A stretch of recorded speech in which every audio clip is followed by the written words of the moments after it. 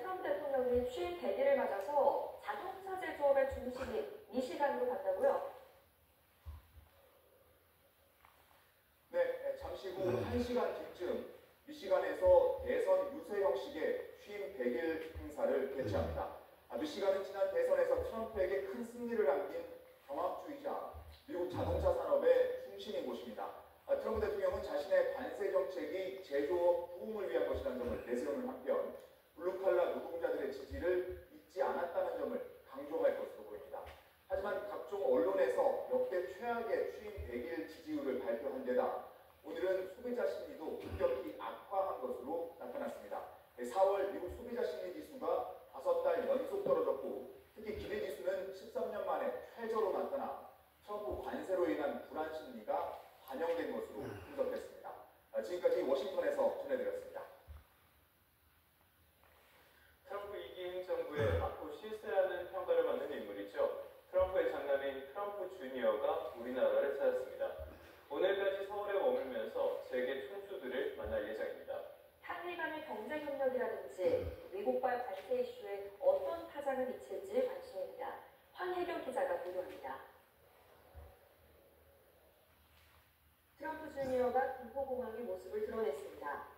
트럼프 주니어의 방한은 작년 8월 이후 8개월 만 트럼프 대통령 취임 이후로는 첫 방문입니다. 이번 방한은 친분이 두터운 것으로 알려진 정용진 신세계그룹 회장 초청으로 성사됐는데 트럼프 주니어는 1박 2일을 서울에 머물며 국내 주요 그룹 총수들을 비공개 개별 면담할 예정입니다. 대상과 규모는 베일에 쌓여있는데 업계에서는 삼성 이재용 회장과 SK 최태원 회장, 한화 김동관 부회장 등이 주니어와 만날 것으로 알려졌습니다. 트럼프 주니어와 역시 친분이 있는 현대차 정의선 회장이나 해외 출장 중인 롯데 신동빈 회장 등은 이번에 만나지 않고 정관계 인사와도 접촉하지 않을 것으로 보입니다. IT 분야 협력을 위해 네이버 이혜진 의장과는 면담이 확정된 것으로 전해집니다. 트럼프 주니어는 트럼프 대통령의 장남으로 부친의 신임이 두터운 것으로 알려져 있습니다. 특히 제이디 벤스 상원 의원을 부통령으로 추천한 것도 트럼프 주니어로 미국 내에서는 주니어가 트럼프 대통령의 주요 결정에 영향력을 미치는 것으로 보고 있습니다. 때문에 한미 간 관세 협상이 본궤도에 올라 있는 만큼 트럼프 주니어와 세계 총수들과의 릴레이 회동에 관심이 더욱 집중되고 있습니다. YTN 황혜경입니다. 다시 대선 정국으로 가보겠습니다. 더불어민주당 이재명 대선 후보의 선거법 위반 사건에 대한 대법원의 판단이 내일 나옵니다. 어떤 결과가 나오든 대선에 영향을 미칠 수밖에 없을 텐데요. 핵심 쟁점은 어떤 건지 권준수 기자가 정리했습니다. 이재명 민주당 대선 후보의 공직선거법 위반 사건은 지난 2021년 대선 과정에서 불거졌습니다. 검찰은 이 후보가 경선 출연해서 고 김문기 성남도시개발공사 1차장을 몰랐다거나 국정감사에서 백현동 용도 변경과 관련해 국토부에 협박이 있었다고 한 발언을 문제 삼았습니다. 결국 검찰은 지난 2022년 이 후보를 공직선거법상 허위사실 공표 혐의로 기소했습니다. 서울중앙지방법원 1심 재판부는 기소 2년 만인 지난해 11월 이 후보에게 징역 1년에 집행유예 2년의 당선 무효형을 선고했습니다. 특히 이 후보가 김 전 차장과 함께 골프장에서 찍힌 사진을 두고 조작했다고 말한 것은 골프를 친 적이 없다는 취지라며 허위 발언으로 판단했습니다. 또 경기도 국정감사장에서 성남시 백현동 한국식품연구원 부지 용도 변경과 관련해 국토교통부가 일부 조항을 근거로 압박했다고 말한 부분도 유죄를 인정했습니다.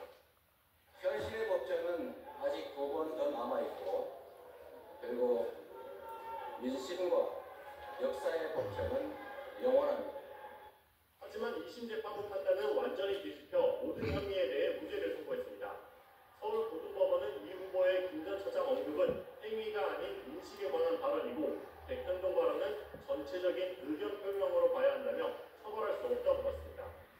검찰도 자신들의 행위를 좀 되돌아보고 더 이상 이런 공력 낭비하지 않기를 바랍니다.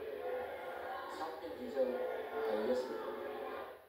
1심 당선 무효형 25제라는 극적인 반전에 이어 이례적으로 신속하게 잡힌 대법원 선고에서도 관련 쟁점을 따져볼 것으로 예상됩니다.